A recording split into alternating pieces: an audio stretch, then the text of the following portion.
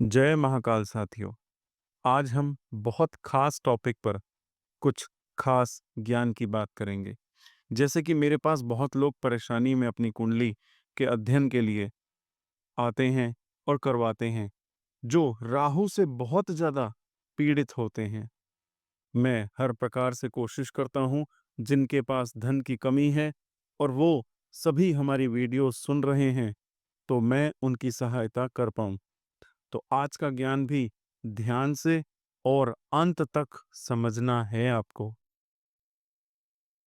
अब जैसा कि आप समझ चुके हैं कि आज हम बात करने वाले हैं राहु की, किन भावों में ये अच्छा फल दे सकता है। लेकिन वीडियो को शुरू करने से पहले मैं आपको ये बताना चाहूँगा कि ये वीडियो हर किसी के लिए है। आप सोचना शुरू कर दें, मैंने आपका भाव तो बताया ही नहीं, और अपने आप को अंडर एस्टिमेट करना शुरू कर दें, उससे पहले मैं ये समझाऊंगा आपको कि भावों के अलावा भी कुछ और कैसे राहु अच्छा फल दे सकता है। बहुत से तरीके से देखते हैं हम हर ग्रह की कंडीशन जो हमारे शास्त्रों में लिखी है, चाहे वो लग्न से हो, नक्षत्र से हो, भावेश से हो, या फिर किसी भी ए टू जेड कॉन्सेप्ट से हो। इसीलिए उन खास भावों पर बढ़ने से पहले मैं आपको वही फॉर्मूले बताऊंगा आज इस वीडियो में, जो बहुत ध्यान से सुनिएगा और सीखिए अपनी कुंडली को देखना। सीखने से कैसे आप डीपली हर ग्रह के कंसेप्ट को समझ सकते हैं, आपकी कुंडली के बाकी कोनों से भी हर पर्सपेक्टिव से कुंडली को देखना चाहिए। सिर्फ भाव, राशि, लगन पर टिककर जो प्रेडिक्शन होती है, उससे ना ही आपको अपनी प्रॉब्लम समझ में आएगी, ना ही उसका कोई सॉल्यूशन मिलेगा। इसलिए अब जो आज मैं फॉर्मूले बताऊंगा, एग्जाम्पल्स के साथ बताऊंगा, इसलिए ध्यान से सुनिएगा। सबसे पहले ये समझिए कि राहु ऐसा ग्रह है ही नहीं जिसे बस डर कर देखा जाए या हमेशा बुरा ही समझा जाए। हाँ, राहु की मादशा तो हर किसी की बुरी ही जाएगी, उसको मैं कभी अच्छा कह भी नहीं सकता, चाहे आपके राहु कितने भी अच्छे भाव में क्यों ना बैठे हों। लेकिन सच्चाई ये है कि जिसने राहु को समझ लिया, उसने जिंदगी को एक नए ढंग से समझ लिया। और राहु को समझने के लिए राहु जैसा माइंडसेट आपको अपने अंदर लाना होगा।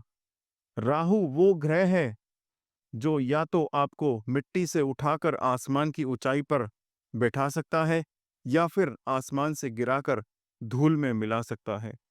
ये ग्रह ना ही पूरी तरीके से अशुभ है, ना ही पूरी तरीके से शुभ। ये उस तलवार की तरह है जो सीधा जिसके हाथ में हो, उसी के इरादों से तय होता है कि वो क्या करेगी। अब बात सिर्फ इतनी सी ही नहीं है कि राहु आपकी कुंडली में कहाँ बैठा है। बात यह है कि वो बैठा तो है, लेकिन आपको अच्छा फल दे भी रहा है या नहीं। ये जानना ही असली इंटेलिजेंस है, और यही आज का विषय है। शास्त्रों में कहा गया है कि ग्रह स्वयं शुभ या अशुभ नहीं होते। ग्रह तो सिर्फ आपके कर्मों के हिसाब से फल देने वाले प्रतिनिधि होते हैं। अब जब हम राहु की बात करें, तो उसके फल अचानक होते हैं, गहरे होते हैं और चौंकाने वाले होते हैं। वो आपको रोड़पति भी बना सकते हैं और करोड़पति भी बना सकते हैं।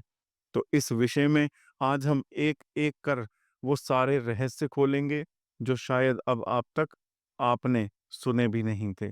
सिर्फ भावों के फल पर नहीं टिकेंगे आज। हम जानेंगे शास्त्र क्या कहते हैं, नक्षत्र क्या बताते हैं, विशेष लग्न और भाव कैसे संकेत देते हैं। सब कुछ इस वीडियो में जानेंगे। तो बस अब अपनी कुंडली को निकालिए, अपनी कुंडली और दिमाग दोनों को खोल लीजिए, क्योंकि आज से राहु आपकी नजर में नया बनकर उभरेगा।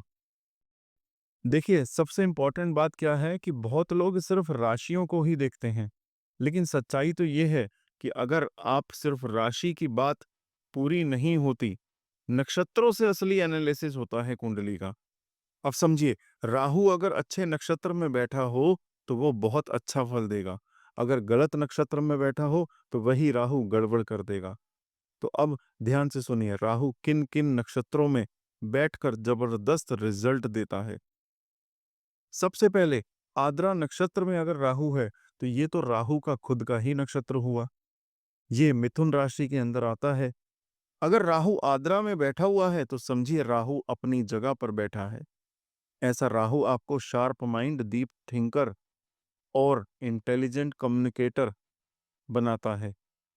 इसके बाद आता है स्वाति नक्षत्र। ये भी राहु का खुद अपना ही नक्षत्र है। ये तुला राशि के अंदर आता है। यहाँ राहु बहुत फ्लेक्सिबल होता है। लोगों से मिलना जुलना, बातों से काम निकलवाना, ये सब इसकी क्वालिटीज में होता है। इसके बाद आता है शतभिक्षा नक्षत्र। ये भी राहु का खुद का ही नक्षत्र है और ये कुंभ राशि के अंतर्गत आता है।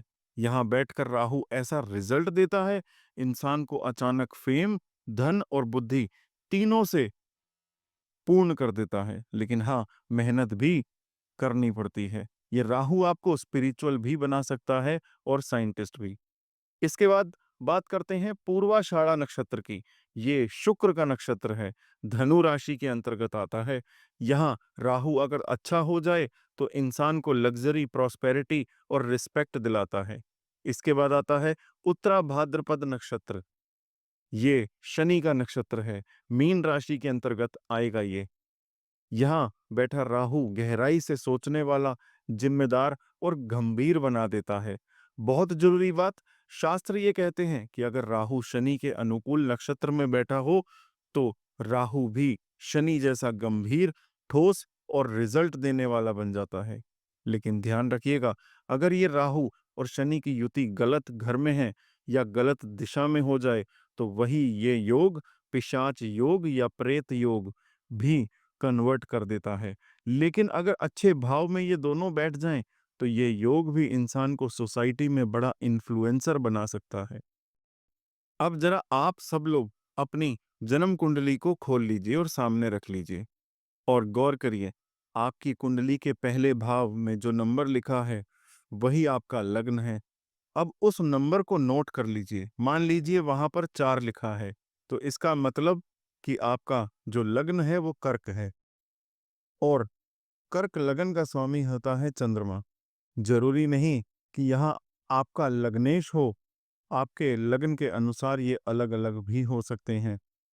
अब अगला स्टेप, पंचम भाव, फिफ्थ हाउस को देखिए।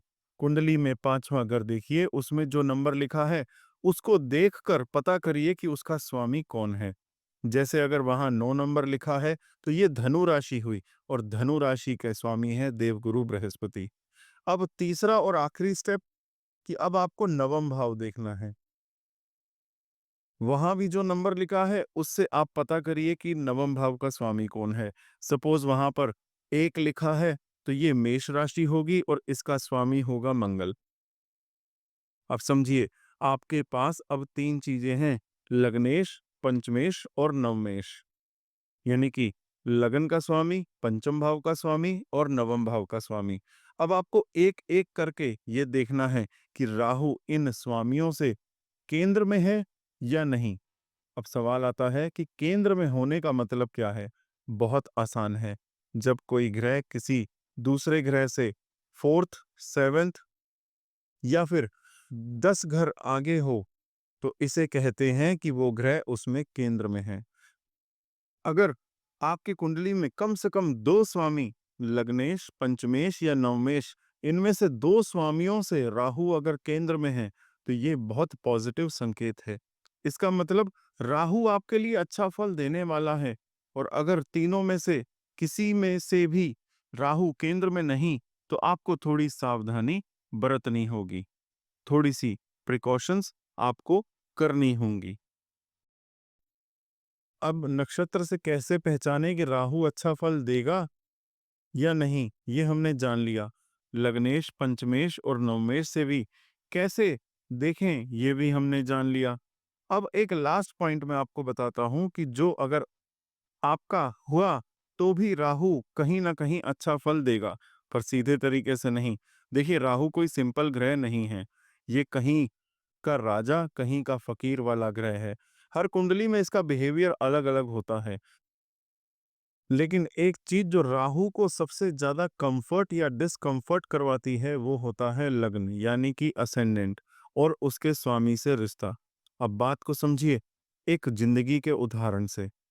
अगर राहु भी उस लगन की कुंडली में आता है जहां उसका दोस्त बैठा हो, तो राहु भी वहां पर खुद को घर जैसा महसूस करता है। अब सीधे मुद्दे पर आते हैं कि कौन-कौन से वो खास लग्न हैं जहां राहु करता है सबसे अच्छा काम, यानी कि राहु कारक बन जाता है। सबसे पहले लगन जो आता है वो है वृषभ लगन, यानी कि आपके फर्स्ट हाउस में 2 नंबर लिखा है। ये शुक्र का लगन है। शुक्र और राहु की जोड़ी बहुत स्पेशल मानी जाती है। राहु को शनि एक जैसा फल देने वाला कहा गया है और शुक्र और शनि आपस में मित्र हैं, तो राहु यहाँ कंफर्टेबल हो ही जाता है। यहाँ राहु अगर सही भाव में बैठ जाए तो ऐसा इंसान सिर्फ तेज नहीं, स्मार्ट तेज बनता है। पैसा, स्टाइल, पब्लिक अट्रैक्शन सब कुछ राहु दे सकता है। दूसरी बात करते हैं मिथुन लगन की। अगर 3 नंबर लिखा है फर्स्ट हाउस में, ये लगन तो बुध का है और बुध लॉजिक, कम्युनिकेशन, इंटेलेक्ट का ग्रह है और राहु को ये क्वालिटीज बहुत सूट करती हैं। इसीलिए मिथुन लगन में राहु मल्टी टैलेंटेड, तेज दिमाग वाला, अडेप्टेबल बना देता है। अब फिर वही बात करते हैं कन्या लगन की। फिर से ये लगन बुध का हुआ और यही वो लग्न है जिसको लेकर ज्योतिष में बहस होती है कि क्या ये राहु की स्वराशि है। कुछ लोग कहते हैं कि ये राहु की एग्जॉल्टेशन है, कुछ कहते हैं राहु की कोई अपनी राशि नहीं होती। फिर तुला लगन की बात करते हैं। 7 नंबर लिखा है फर्स्ट हाउस में, शुक्र की दूसरी राशि, बैलेंस, सुंदरता, बुद्धिमता से भरपूर लग्न। राहु यहाँ इंटेलिजेंट, मैनिपुलेटर, प्रॉब्लम सॉल्वर और सोशल चार्म वाला बनाता है। मकर लगन की बात करें तो 10 नंबर लिखा होता है, ये शनि का लगन है और राहु को शनि वत फल देने वाला भी कहा गया है। इसलिए मकर लगन में भी Rahu serious, result oriented, ambitious बन जाता है। कुंभ लगन की बात करें, 11 नंबर लिखा है फर्स्ट हाउस में, फिर से शनि का लगन। कुंभ राशि खुद भी राहु जैसी अनप्रेडिक्टेबल और फ्यूचरिस्टिक मानी जाती है। यहां राहु रिबेलियस, विजनरी और सोशल ट्रांसफॉर्मर बना देता है। चलिए अब जो बात करते हैं वो बहुत इंपॉर्टेंट पॉइंट है। अगर आपकी कुंडली में राहु दूसरे घर में है तो ये जानना बहुत जरूरी है कि वो अच्छा फल दे भी रहा है या नहीं। और देखिए, जो दूसरा घर होता है कुंडली में, इसको हम धन भाव कहते हैं, यानी पैसे की बात, सेविंग्स की बात, प्रॉपर्टी की बात। और इससे भी ज्यादा जरूरी, ये आपकी बोली कैसी होगी, आपका बात करने का तरीका कैसा होगा, ये सब इसी घर से देखा जाता है। अब ये जो दूसरा भाव है, इसका जो असली स्वामी होता है वो है शुक्र। तो जब राहु इस घर में बैठता है तो अब यहां से कहानी थोड़ी सी और इंटरेस्टिंग हो जाती है। देखिए, राहु जब अर्थ त्रिकोण यानी पैसों वाले घर में बैठता है, जैसे कि सेकंड हाउस यानी कि धन भाव, तो अच्छा तो है, तो कमाल कर सकता है। लेकिन यही राहु अगर बिगड़ा हुआ है तो आपको बहकाने में 1 सेकंड भी नहीं लगाएगा।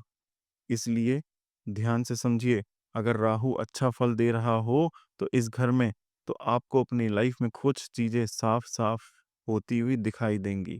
क्या हैं वो चीजें? जैसे अचानक पैसा आ जाना, कहीं से प्रॉपर्टी मिल जाना, या कोई पुरानी इन्वेस्टमेंट अचानक भारी फायदा दे दे, या फिर आप खुद मेहनत करके मल्टीपल प्रॉपर्टी बना लें। और सबसे खास बात, जो पैसा कमाया वो सेव भी हुआ और सही जगह इन्वेस्ट भी हो गया। यानी एक बात याद रखने वाली है कि राहु अगर सही बैठा हो तो वो इंसान को पैसे से पैसा बनाना सिखा देता है। अब थोड़ा और डिटेल्ड में चलते हैं कि दूसरे घर में राहु अपनी पहली दृष्टि डालता है आपके छठे भाव पर। अब ये छठा भाव क्या बताता है? दुश्मन कौन है, कौन आपको टेंशन देता है, कौन आपके खिलाफ चालें चलता है, आपकी बीमारी क्या है, आपके लोन उधार कैसे चल रहे हैं, ये सब। तो राहु अगर सही है तो आप थोड़ा रिस्क लेने वाले बनते हैं, लेकिन अगर वो रिस्क संभालना भी जानते हैं, दुश्मन, टेंशन, कर्ज, ये सब टिक नहीं पाएंगे। और ऐसे लोगों के सामने अब सबसे मजेदार बात क्या आती है, बताता हूं आपको। ये राहु आपकी बोली में गजब का जादू भर देगा। मतलब बच्चों से बात करें तो बच्चे लगेंगे, बड़ों से बात करोगे तो पूरे समझदार और तहजीब वाले इंसान लगोगे, बुजुर्गों से बात करोगे तो ऐसा लगेगा जैसे इज्जत और अनुभव दोनों ही झलक रहा हो आपकी बातों में। क्या बोलना है, कब बोलना है, किसके सामने क्या बोलना है, ये कला राहु देता है आपको। मतलब बातों से काम निकलवा लेना, ये क्वालिटी यहाँ मिलती है। अब यहाँ पर बात करते हैं राहु की एक और दृष्टि की। जो सेकंड हाउस में अगर राहु है तो उसकी एक दृष्टि दशम भाव पर भी पड़ती है, जो कि कर्म का भाव है। अब सोचिए, अगर ये राहु वहां अच्छी नजर डाल रहा है तो काम में ग्रोथ, पहचान और करियर में लगातार आगे बढ़ना, ये सब देखने को मिलता है। और एक चीज कि अगर राहु अच्छा फल दे ही रहा है तो आपको जिंदगी में पैसे के लिए किसी पे डिपेंड होने की जरूरत नहीं पड़ेगी। आप खुद कमा सकते हैं, खुद चला सकते हैं सब कुछ, और खुद संभाल भी सकते हैं। लेकिन अगर यहीं पे राहु अगर गड़बड़ कर रहा है और गड़बड़ कर जाए, या फिर सेकंड हाउस का स्वामी कमजोर हो जाए, तो साथ में चंद्रमा या गुरु भी कमजोर हो जाए, तो क्या होता है? फिर राहु आपको गलत रास्तों की तरफ भी ले जा सकता है। खाने पीने की आदतें बिगड़ सकती हैं, जैसे कि नॉनवेज की आदतें, और फिर शराब सिगरेट जैसी चीजों की तरफ खिंचाव। और यही है राहु का भ्रम। इसीलिए राहु से डरिए मत, समझिए, रिसर्च करिए, और अगर राहु सही हो तो उसका पूरा पूरा लाभ लीजिए। अब सबसे पहले ये समझना है कि जन्म कुंडली का तीसरा भाव यानी कि जो थर्ड हाउस होता है, इसको बोला क्या जाता है? पराक्रम का भाव। और जो ग्रह स्वामी होता है इस भाव का, वो है बुध। अब जब इस घर में राहु बैठता है तो वहां एक अलग ही एनर्जी आ जाती है, एक दमदार पराक्रम, एक नॉन स्टॉप मेहनत करने वाली ताकत। अब जिनकी कुंडली में राहु तीसरे घर में बैठा है, आप दूसरों से कुछ मांगना पसंद नहीं करते, खुद के दम पर चीजें करना पसंद करते हैं। और सबसे बड़ी बात, ये लोग मल्टी टैलेंटेड होते हैं। मतलब क्या? एक साथ कई चीजों को सीख लेंगे, कर लेंगे, और फिर झट से ढाल भी बन जाएंगे। आप देखेंगे कि आप कहीं पर पढ़ाई कर रहे हैं, साथ में कोई दूसरा कोर्स भी कर रहे हैं, साथ में जॉब भी कर रहे हैं, और साथ में कोई नया स्किल भी सीख रहे हैं। आप फील्ड वर्क भी कमाल का करते हैं। मतलब अगर नौकरी है तो ऐसी होगी जिसमें बाहर जाना हो, लोगों से मिलना हो, ट्रैवलिंग करनी हो, मार्केटिंग हो, टूरिज्म हो, या फिर कोई ऐसा काम जहां दिन भर चलना फिरना हो, वहां आप बेस्ट तरीके से निकलते हैं। अब बहुत ही इंटरेस्टिंग बात को सुनिए। जब राहु तीसरे घर में बैठता है तो उसका सीधी जो सातवीं दृष्टि है, वो पड़ती कहाँ पर है? भाग्य के भाव पर। अब आप सोचेंगे, भाग्य को देख रहा है तो किस्मत खुल जाएगी। नहीं, ऐसा नहीं है। राहु जब भाग्य को देखता है तो वहां पर एक रुकावट आ जाती है। राहु भाग्य के लिए बैरियर जैसा बन जाता है। मतलब आपका भाग्य ऐसा नहीं खुलेगा जैसे किसी की किस्मत एकदम अचानक खुल जाती है, बल्कि यहाँ होगा क्या कि आप जो भी पाना चाहेंगे उसके लिए आपको खुद मेहनत करनी पड़ेगी, खुद रास्ते बनाने पड़ेंगे, और कभी भी ये राहु आपको लकी बनने की आजादी नहीं देगा। तो बात तो साफ है यहाँ पर कि तीसरे घर में राहु, इंसान मेहनती तो होता है, कभी हार नहीं मानता। मतलब वो एक काम करता है और उसमें दिक्कत आई तो तुरंत दूसरा काम शुरू कर देता है। वो भी नहीं चला तो तीसरा सोच लिया। हर जगह हाथ पैर मारेगा लेकिन चुप नहीं बैठेगा। अब ये बात बहुत दिलचस्प है कि तीसरे घर में राहु शुभ ग्रहों के से ज्यादा अच्छा फल देने वाला ग्रह माना जाता है। क्यों? क्योंकि ये पराक्रम का घर है, और यहाँ पर शुभ ग्रह थोड़े नरम होते हैं, लेकिन राहु जैसा चालाक और पाप ग्रह यहाँ पर मेहनत का रिवॉर्ड देने में माहिर है। तो अगर आप भी ये महसूस करते हैं तो समझ लीजिए कि आपका राहु आपको मेहनत के रास्ते से ऊंचाई पर ले जा रहा है, और जो मेहनत से ऊपर जाता है वो कभी भी गिरता नहीं है। अब हम बात करेंगे कि अगर आपका राहु पंचम भाव यानी कि 5th हाउस में बैठा है। अब सबसे पहले ये समझिए कि पंचम भाव होता क्या है? पंचम भाव यानी 5th हाउस होता है धर्म त्रिकोण का हिस्सा। यानी जो हमारे पास्ट लाइफ के कर्म, पुण्य, संतान, एजुकेशन, इंटेलिजेंस, आपके अपने प्रेम संबंध और अचानक होने वाले फायदे का नुकसान, इन सब से जुड़ा हुआ होता है। अब कभी-कभी राहु पंचम भाव में अच्छा नहीं भी होता, लेकिन पंचम भाव में एक ऐसा घर है जहां राहु अगर सही हालात में हो, तो गजब का रिजल्ट दे देगा। अब ये ध्यान से समझिए, कलयुग का जो सबसे बड़ा श्राप है राहु, अगर वही आपके लिए वरदान बन जाए, तो फिर क्या ही बात है। और पंचम भाव एक ऐसा घर है जहां राहु कभी-कभी कमाल का रिजल्ट तो करता है। यहाँ राहु क्या दे सकता है? अचानक पैसा, लॉटरी, शेयर मार्केट से भारी फायदा या फिर बिना मेहनत के रातों रात फेम। यानी यहाँ का राहु आपको बिना ज्यादा मेहनत के भी कई बार ऐसा रिजल्ट दे सकता है जो आपने खुद भी कभी सोचा नहीं होगा। अब आप सोचेंगे कि बिना मेहनत के कैसे पॉसिबल है? तो देखिए, बिना मेहनत के कुछ नहीं मिलता। लेकिन यहाँ गलती ये नहीं होनी चाहिए कि राहु पंचम भाव में बैठा है और आप उसकी अपोजिट फील्ड में काम करने लग जाएं। वो आपका साथ ही नहीं देगा। अब आप एक चीज को याद रखिए, इस घर में राहु के लिए सही फील्ड कौन सी हैं? Share market, trading, speculative businesses, sudden gains वाले काम, या फिर ऐसी फील्ड जहां पर लॉजिक, चालाकी और माइंड चलता हो। यहाँ अगर आपने यही फील्ड पकड़ी, तो राहु आपको कम मेहनत में जबरदस्त रिजल्ट देगा। दूसरी बात, जरूरी नहीं कि आप टॉप कॉलेज से पढ़े हो, लेकिन आप बहुत इंटेलिजेंट होते हो और आपने दिमाग का इस्तेमाल पैसे बनाने में कर सकते हैं आप। अब एक बात और जो आपको याद रखनी है कि पंचम भाव से हम प्रेम संबंध, क्रिएटिविटी और संतान की भी बात करते हैं। तो अगर राहु यहाँ स्ट्रांग होगा तो इंसान क्रिएटिव भी होगा, रोमांटिक भी होगा और बहुत बार अचानक अच्छे रिलेशनशिप में या अचानक सेटबैक में भी इसी घर से देखे जाते हैं। इसीलिए अगर आपकी लव लाइफ में बहुत उतार-चढ़ाव है या बच्चों को लेकर बहुत अचानक बदलाव या पढ़ाई-लिखाई में अचानक सक्सेस या फेलियर आ रहा है, तो ये सब चीज़ें भी राहु पंचम से इंडिकेट करता है। अब एक बात जो बहुत ज़रूरी है, कंडीशन,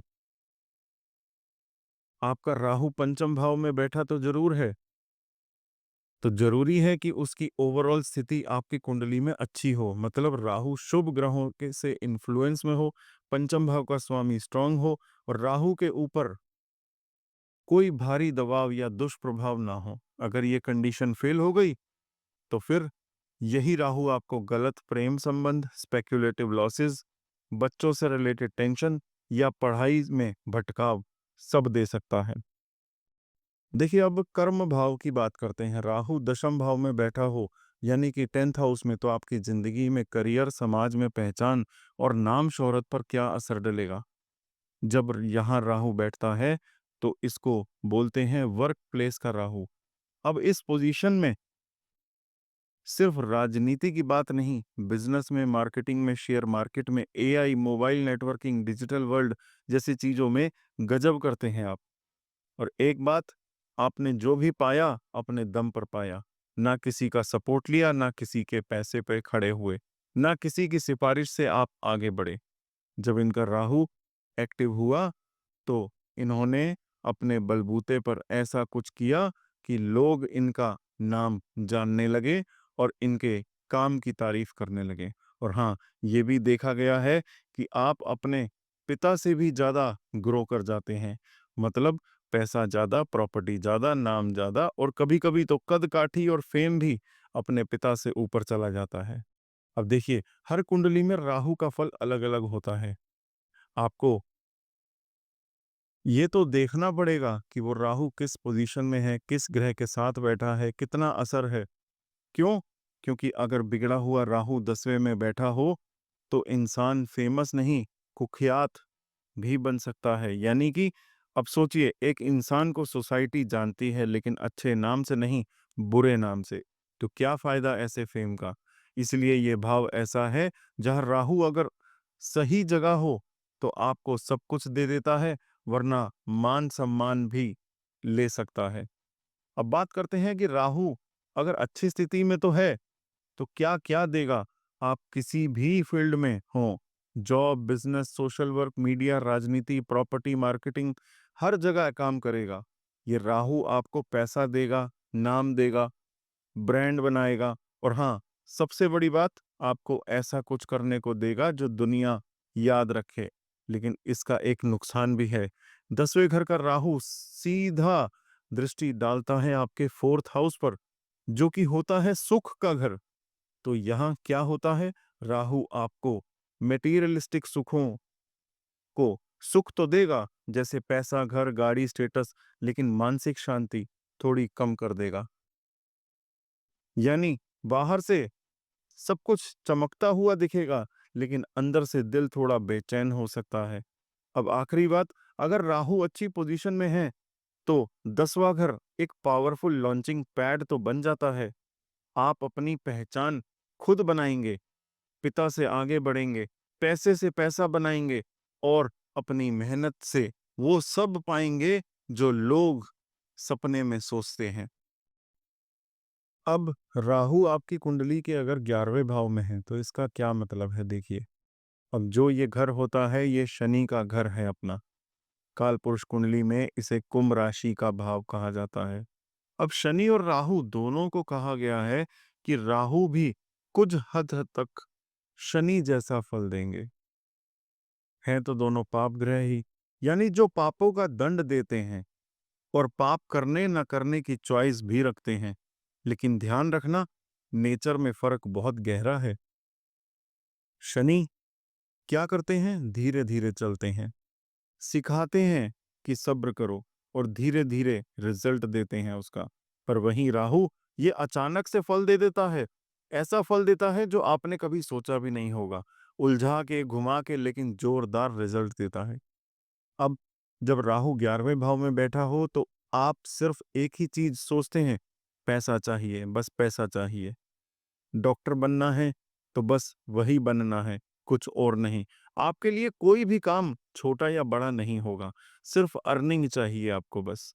और देखिए, इसमें कोई बुराई नहीं है, लेकिन राहु आपको इंटेंशंस टेस्ट भी करता है आपकी।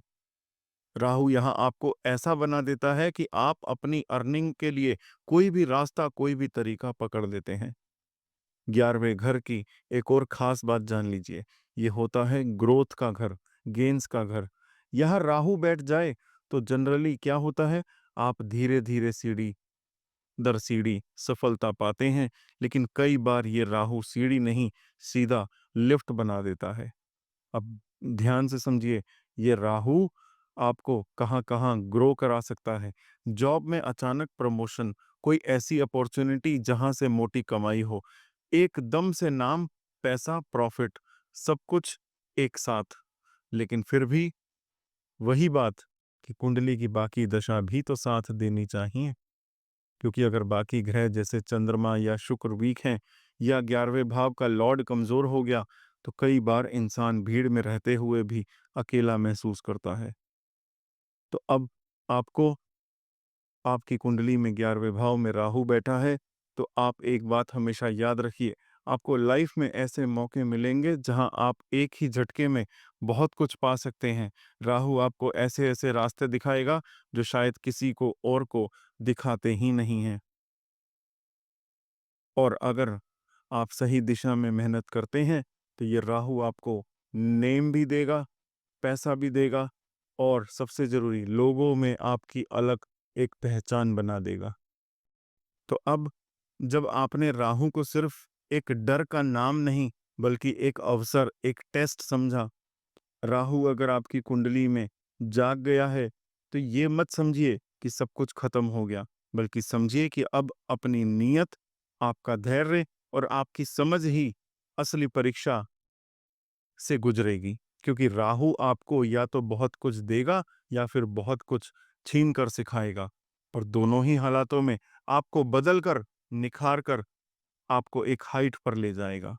तो बस इस वीडियो को अंत में मैं आप सबसे एक ही बात कहना चाहूँगा कि खुद को राहु के डर से नहीं बल्कि उसके गहरे अर्थ से जोड़िए। शास्त्रों ने हमें कहा है, ज्ञान ही असली साधन है और यही ज्ञान आपको आपके कर्मों का सही रास्ता दिखाएगा। अब जाते-जाते अगर इस वीडियो ने आपके सोचने का नज़रिया बदला, तो इस ज्ञान को रोकिए मत, इसे आगे बढ़ाइए, लाइक करिए ताकि ये ऊर्जा और आगे फैले। शेयर करिए क्योंकि हो सकता है कि किसी और को भी इसकी सबसे ज़्यादा ज़रूरत हो। आप सभी के जीवन में ज्ञान जागे, आत्मा का तेज बना रहे, सभी का कल्याण हो, सभी को एक हाइट मिले, यही मेरी प्रार्थना है। जय महाकाल।